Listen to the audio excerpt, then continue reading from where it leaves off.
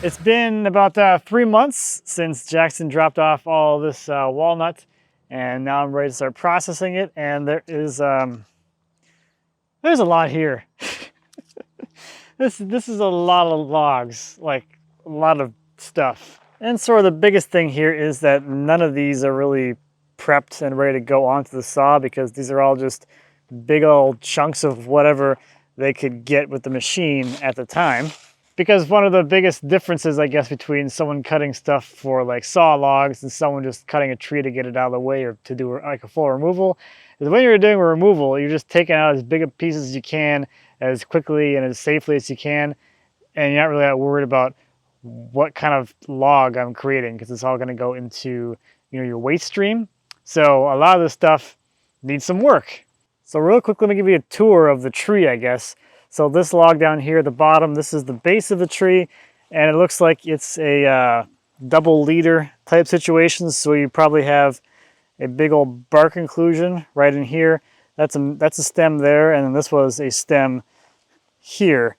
So it's kind of like a clump tree as it went, you know, it's not that tall. That's only, I don't know, 4 or 5 feet tall from here to here, and then it turns into 2 pieces that are also both pretty big. I'm pretty sure this went right there, which just from the looks of it, the way the tree grew when it had formed, a lot of the stuff which would be considered limb wood and less desirable, actually the tree, the limbs, I guess, grew pretty well straight up, and they didn't really like hang off the side either way too much, it looks like.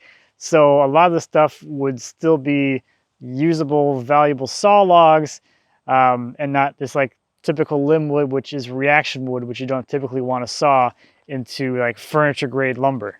And one of the ways I can tell that is as I go around here looking at the pith. I mean, they're just a little bit off center. They don't look like too crazy, super duper off center.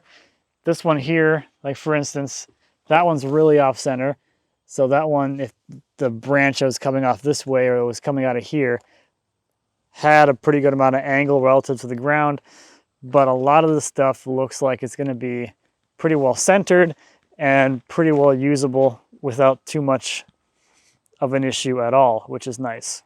So now I start looking at this stuff and thinking about what actual chunks and pieces we can get out of here, because it's going to be, I mean, you can cut this whole thing, put that whole stick there on the saw and cut it, but you're not going to really get anything out of that log.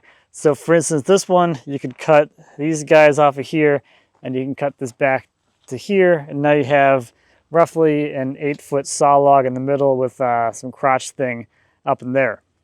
So the first step for me is going to be to start sorting through these and processing them down into chunks we actually can use on the saw. So I'm looking for pieces that are like usefully straight or usefully long, and get rid of any like jogs or weirdness in the log. So this one, we'll cut this guy off of here, we'll cut back here, and we'll have this log with a crotch, this log which is kind of straight, and then these, they might not really be all that useful for saw logs, but they'll go into the little log pile, and who knows what they'll become.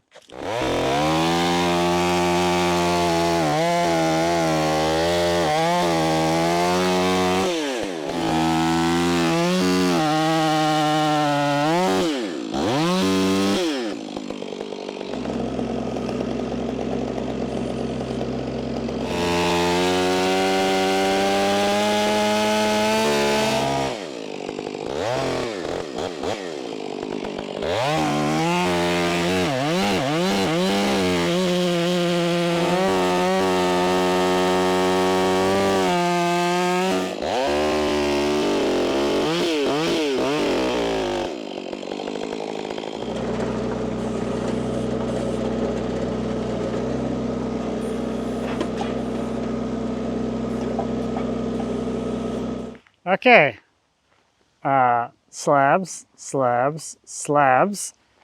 I got another one over here for slabs. Those have all like, they're big and they have some kind of crotch thing going on. So I think those would be nice for some nice thicker pieces with the edges and whatnot. And then this stuff is all kind of on the smaller side. So this is going to be edged lumber and we'll probably just do 4/4. And then these guys over here, those are for the turners. There's your turning blanks. And this one I can square up and use as dunnage. That's perfect for like a 4x4.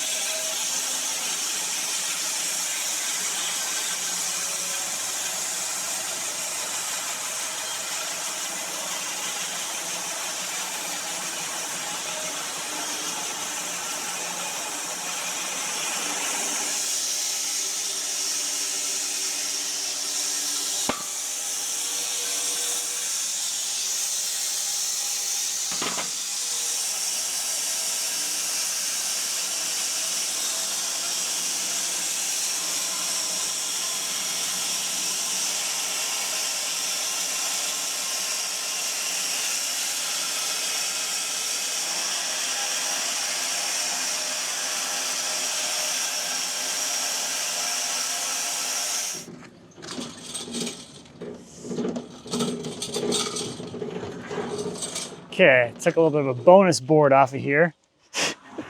That can go in our pile of 4/4.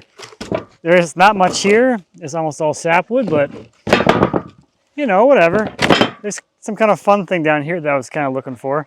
So at least this is, you know, somewhat interesting with a little bit of weird kind of crotch-ish figure. And a fun bullseye and things, so, you know, a little extra bonus. Okay, that one's faced off, so I'm gonna grab another one and face off it as well. And then we can saw multiple at once.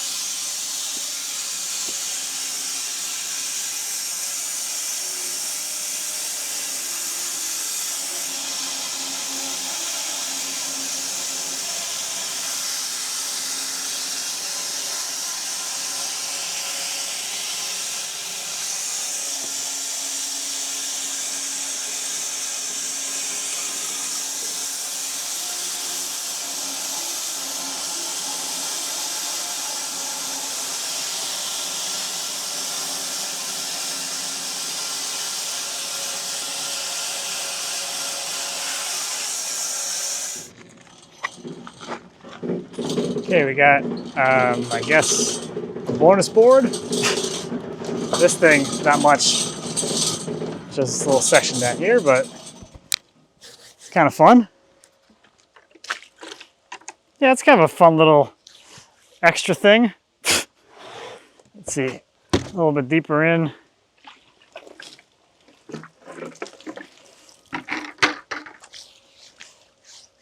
I guess that's kind of nice. That's fun. You got kind of a bar conclusion kind of thing going on here. All right, let's see if I can roll this over with the grapple. I don't think have I done that before? This could be annoying.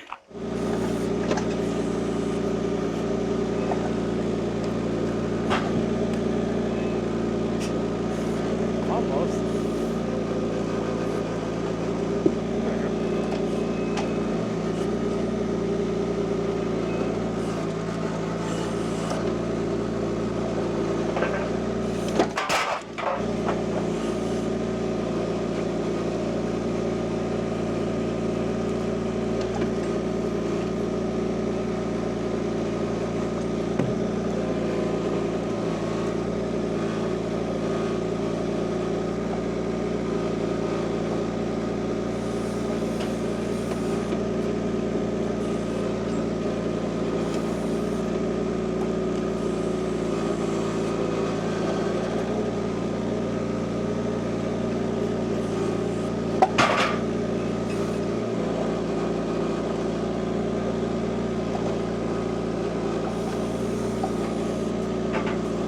Note to self, just switch to the forks. That was annoying.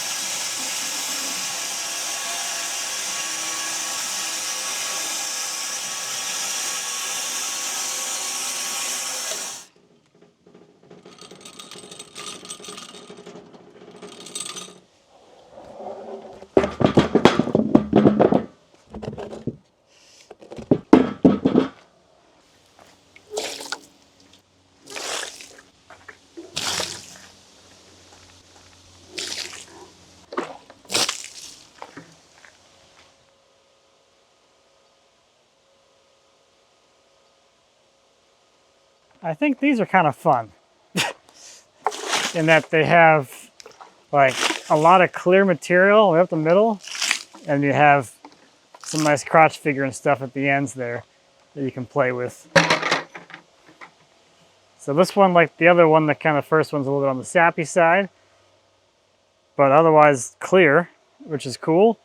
This one here is a little more kind of a riff sawn orientation, so you got a nice straight grain in the clear section there with a nice feathering of crotch. this one gets a little more crazier with the bark inclusion and that knot and swirliness. Get some more kind of clear stock in the middle there, or the middle, the whole stick. This one again, crazy up here, and plain sawn the sapwood down there. Okay, before I get into the big ones up there, they're gonna be thicker cuts. I kind of want to get the stuff out of the way, so I'm gonna start going through these and squaring them up into cants, and then we can slice them up after that.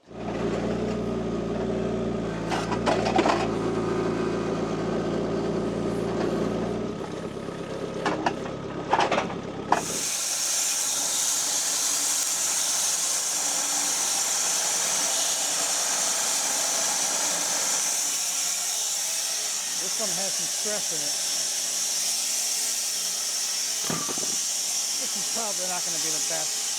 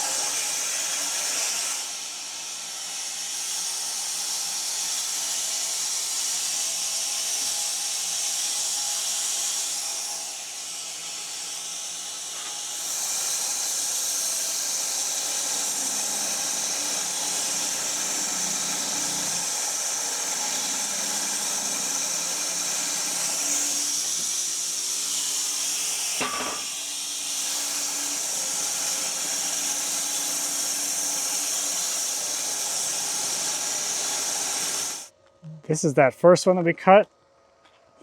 It's a banana. It's got quite the banana shape to it.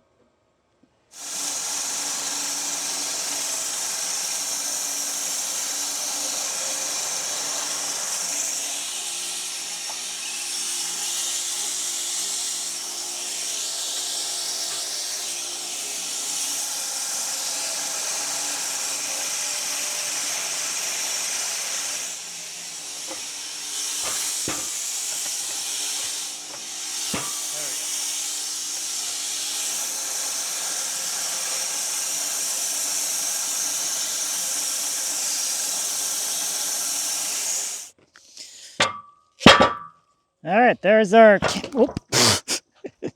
there's our cants all ready to go. So I'm gonna get all these stacked back up on the saw, and we start slicing all our boards out of them.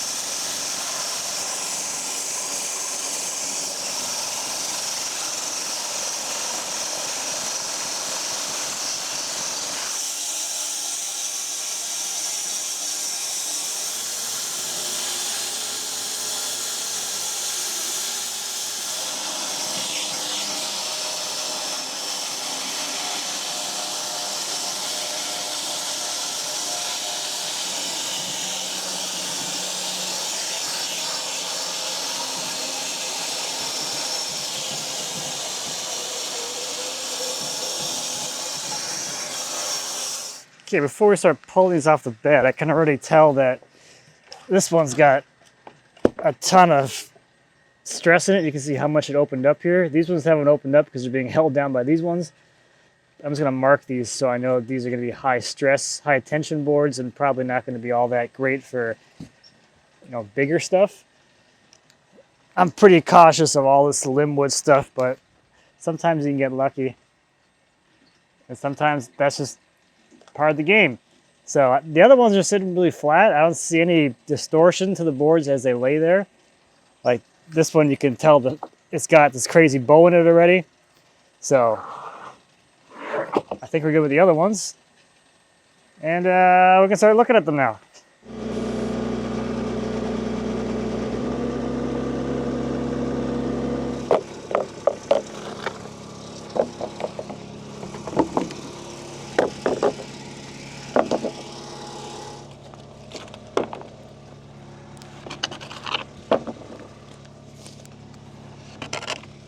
I let these sit out for a bit while I was having lunch, so they've oxidized a little bit so they're not so pale and green and weird looking. They have a little more of that actual walnut color now.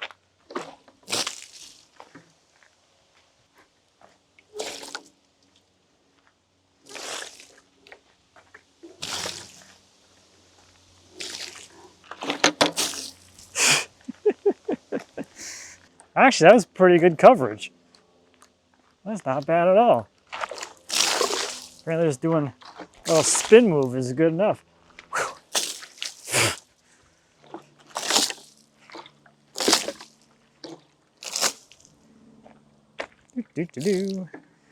All right. It's got some nice little bits of crotch in it. All right, these are the ones that had all the tension, but they have most amount of fun crotch because we have 2 limbs encapsulated in these, I guess they're kind of slabby, kind of boards. I was pretty conservative because I wanted to keep some of the figure in the boards. If I had edged this perfectly, the cut line would be kind of back here somewhere, so you lose basically all of that, and you'd lose a lot of that. So by being more conservative on these, I maintained a lot of the figure, but I still got rid of a lot of the excess to get them now able to be nested together a lot nicelier, a lot nicer. That's the downside of slabs, is you end up with all the dead space between. So this is sort of like a hybrid.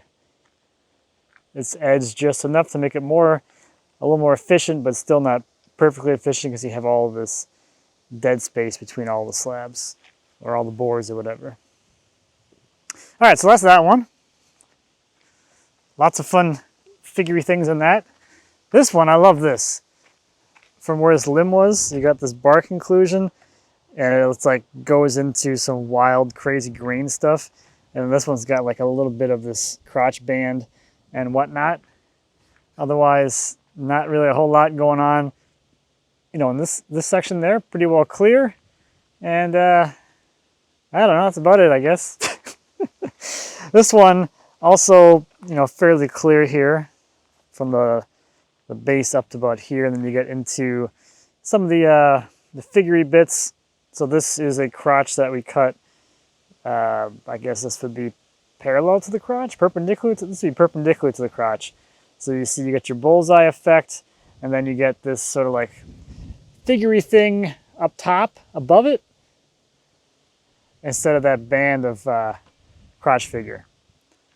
So this one had that triple limb thing. It had one going up and then 2 kind of going out to each side. So you start with this side where we're intersecting that limb going up. You get your little bullseye things, and then once you get far enough in, you start getting the crotch figure from the 2 limbs going out in either direction.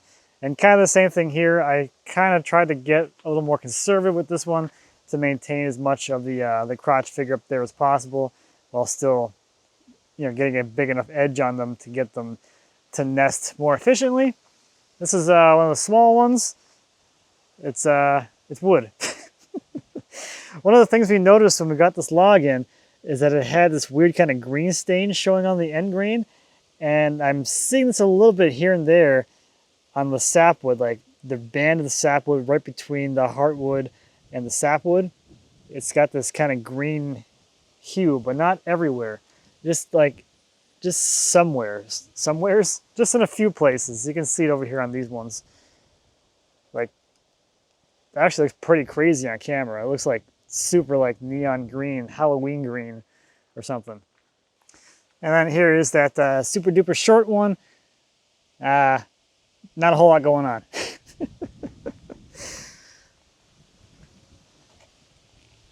You get this kind of fun bleed between the heartwood and the sapwood, where the colors are kind of bleeding together, which is kind of cool, but otherwise nothing super duper noteworthy going on here.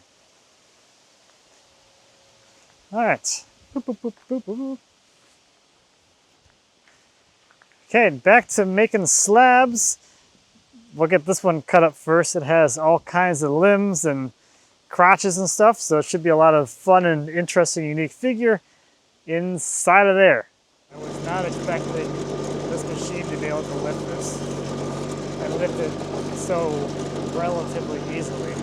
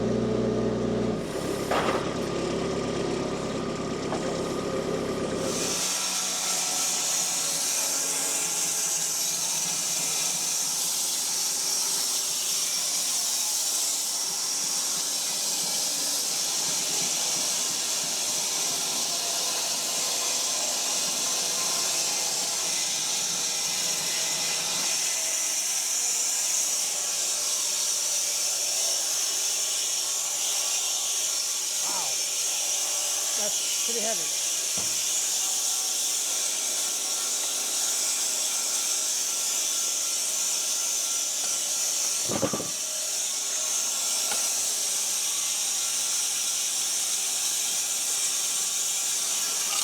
All right, this blade is done. I went for a walk on that last cut. This is that bimetal blade that I put on, I guess it was a few videos ago, assuming these are released in order. After I cut through that rock in that crotch. Oh wow. I put this blade on just to kind of keep going because these are closer than walking up to the big barn to get a new carbide blade. And I have a bunch of these to get rid of. I kind of forgot how quickly they wear once you hit embedded metal, so I think it was the last video? No, wait. Yeah. I cut through a bunch of nails, or a few nails in Adam's white oak log, which I'm so used to carbide that cutting through those nails would have been like nothing, but it's enough to knock the edge off of these. That's kind of the difference between the bimetal blades and the regular blades, is that these would actually go through those whatever they were, nails or whatever, and still make it out of the cut and still keep cutting a little bit, but they can't handle that much abuse like the carbide can. With the carbide blades, I can cut through those like all day. So this one's still in good shape though. I don't see any like missing teeth or whatever. So it could be resharpened.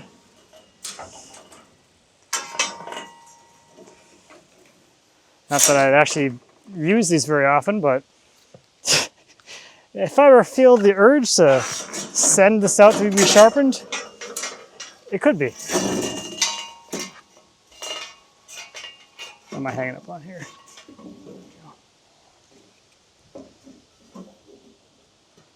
All right.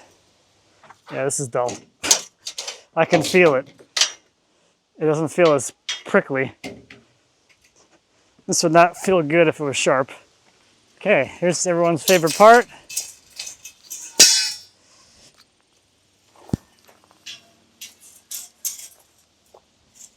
My arm span. I need bigger arms. Wow.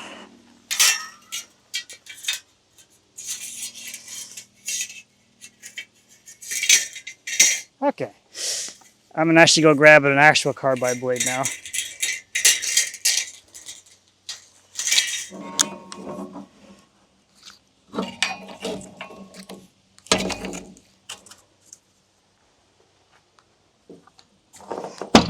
There.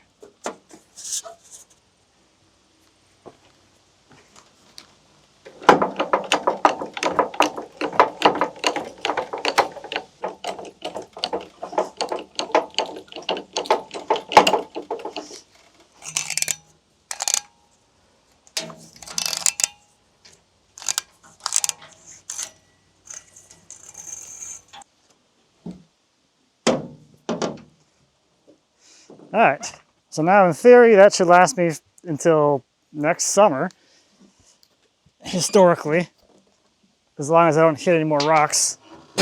Oh man, carbide rocks, but it doesn't rock when you try and cut through rocks.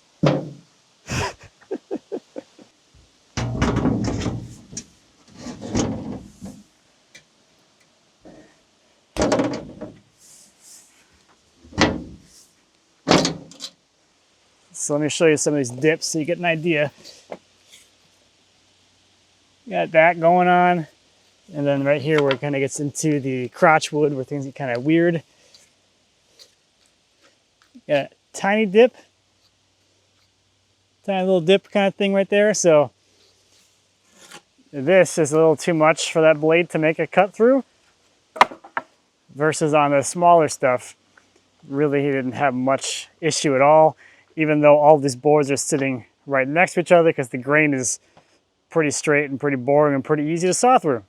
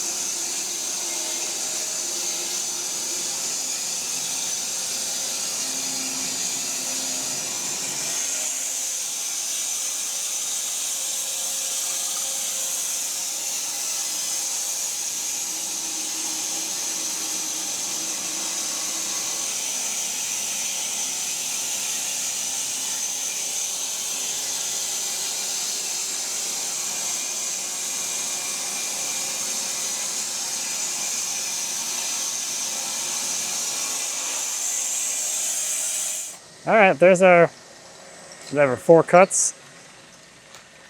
That new blaze is flying. It's nice.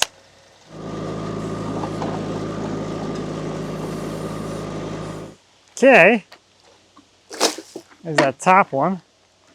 Whew. I almost got it with that little bit of water.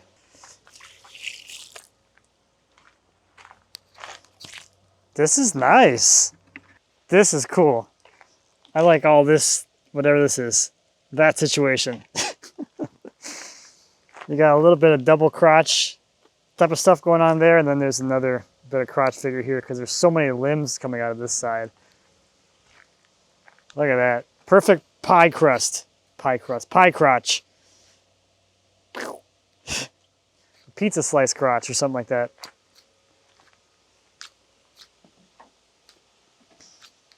This crotch up here has got the fun bark inclusion kind of thing going on. Let's see if I can do this backwards kind of.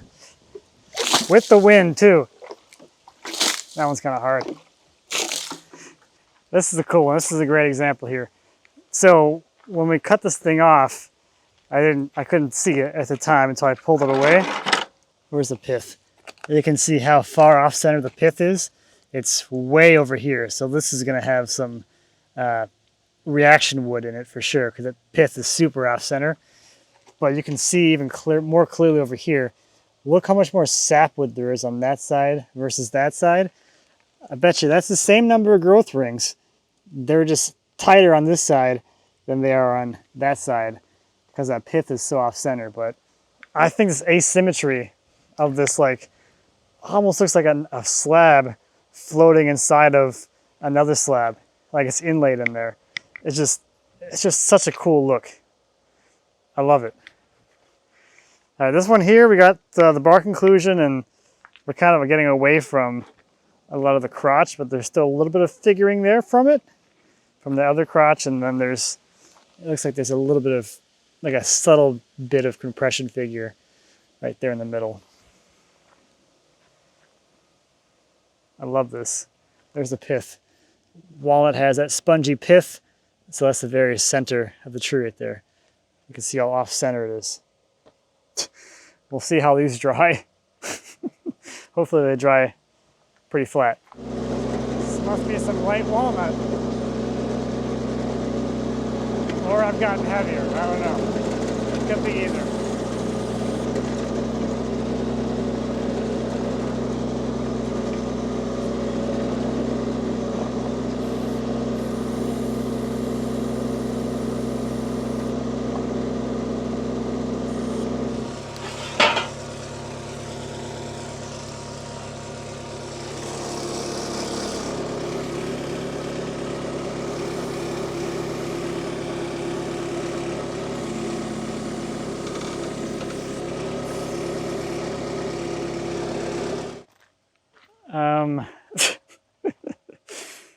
I think, oh, I really don't want to pick that side up anymore.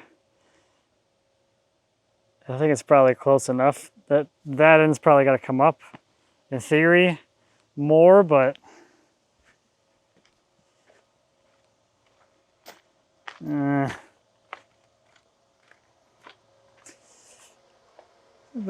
hard part about this is you only get one shot at this. Let me just see. Let me get some measurements so I feel better about this. Maybe it's not as far off as it looks. All right, the pith down here is about 18 inches off the bed. What do we got down here?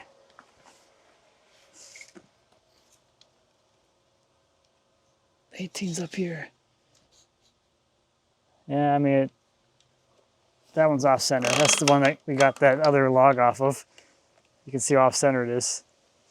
This one's centered though. That's why when I looked at this, like this side was pretty centered. This side must have been like hanging way out this way or something. Let's see what this one says. This one's even lower. All right, well, up we go, I think. I can't help it, all right?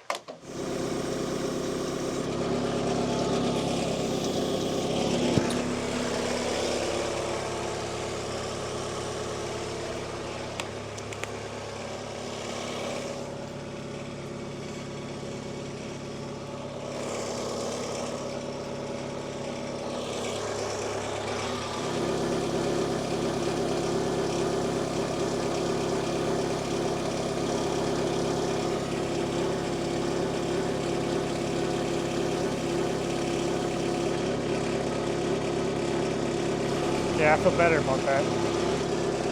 This is definitely one of the weirder setups. It looks so silly. Okay. I love how that's just barely hanging on there. I hope it doesn't fall off in the middle of the cut, because then it's going to go for a ride, but it feels pretty good. So I'm going to come in kind of like right here, make my facing cut, and then we'll roll it over and get it off these blocks.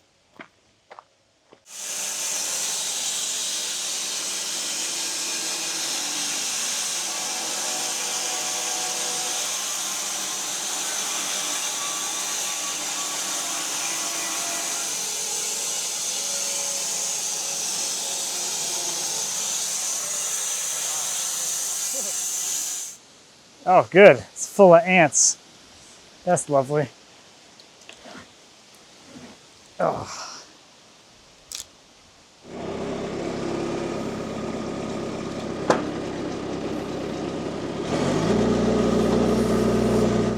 Oh, that's more than a bar conclusion. That's a full-on two-piecer. Woo! Oh boy, that's a lot of ants. The little tiny ones. These ones hurt. Don't let those bite you. All right, well, let's flip it over.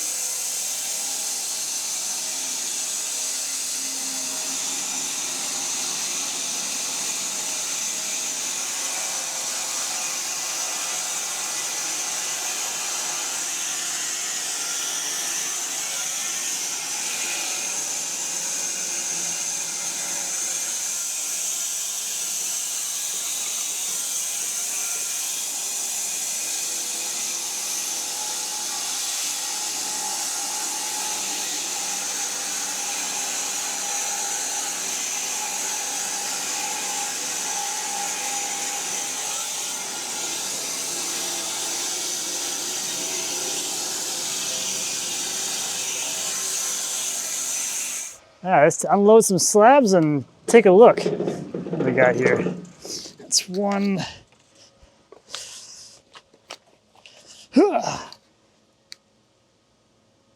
2, 3, 4. This will be 5. It's a huge 5. Oh man.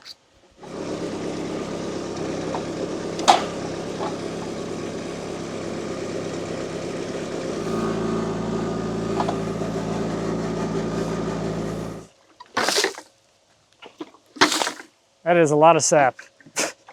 But I kind of like it because it, again, looks like it's an inlay a little bit. You wash some of that dirt out of there.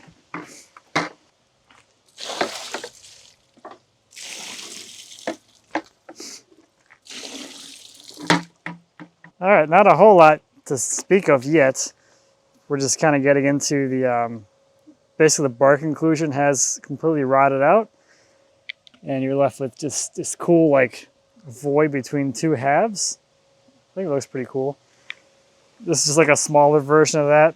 That was more towards the outside of the log. And this is the first one off of there. There's just like an eyeball of heartwood and a little line of heartwood. That's it. And the rest is all sap. That's pretty cool. All right, I'll make another cut to release slab number 5, and then we can take a look at both of these guys at the same time.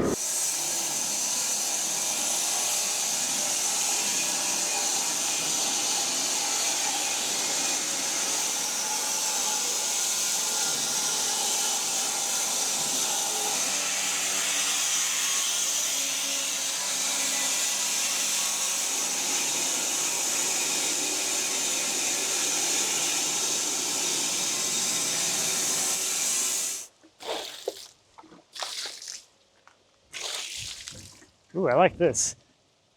We're kind of connecting back together, or trying to, or something. It's kind of a fun little accent thing there.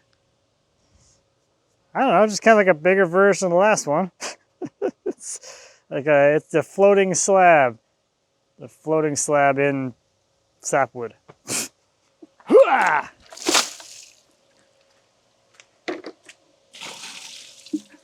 Yeah, I mean, it's kind of what it is. Kind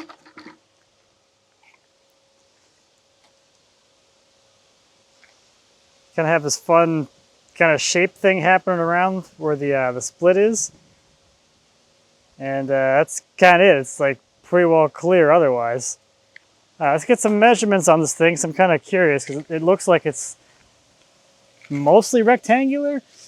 So you got 29 down here at the base. This looks like the narrowest spot at 27. And then up here at the crotch, kind of across here, you got about 33.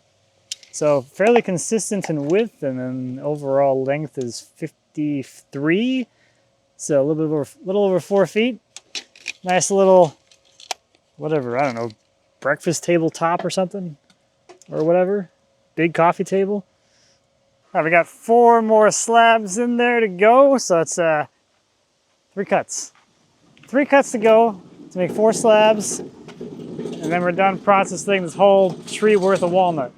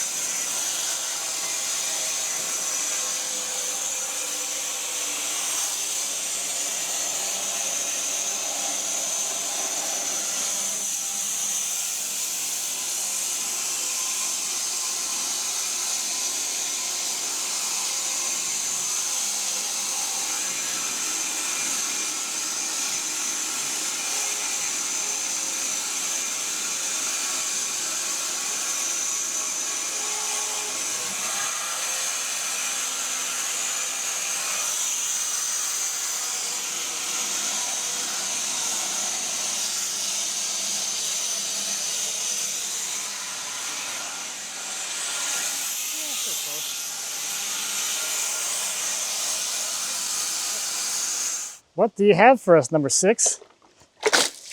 Is it walnut? It's still walnut. I don't know.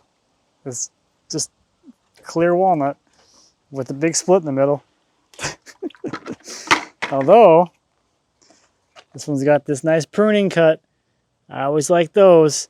And it has the drowning ants, which is also exciting, I guess.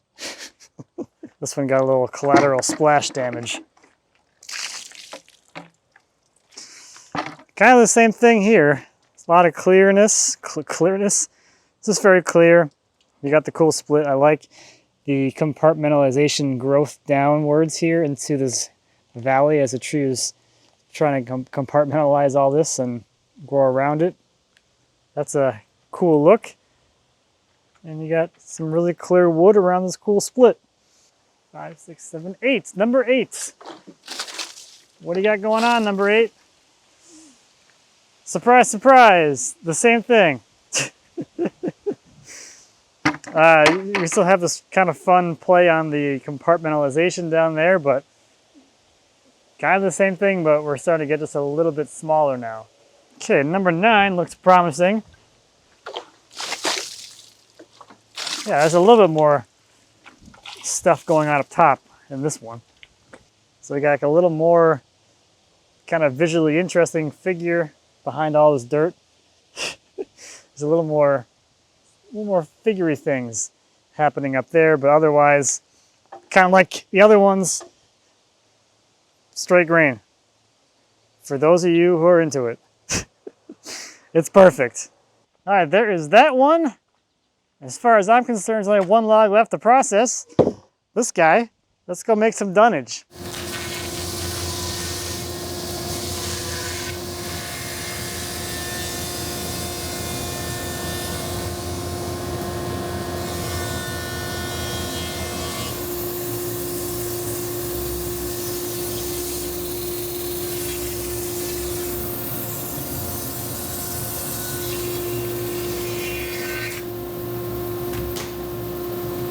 All right, there we go. A nice, this is a true 4x4 for whatever stuff I need dunnage for out here, which I actually need quite a bit more. I ran out again. So that's all that walnut tree completely processed and ready for stacking and drying. I have a lot of stacking to do, as you can see, but I got some more sawing to do first. But we got a nice mix of 4/4 stuff and some nice thicker slab stuff for, you know, thicker stuff. Whatever, you know how it goes. So yeah, that's gonna do it for this one. Thank you as always for watching. I greatly appreciate it. If you have any questions or comments on, what was this, a bunch of walnut? It's getting late. A bunch of walnut or whatever else I've saw in the past. Is there anything back in the shop or whatever? Please feel free to leave a comment. As always, I'd be happy to answer any questions you might have. And until next time, happy woodworking.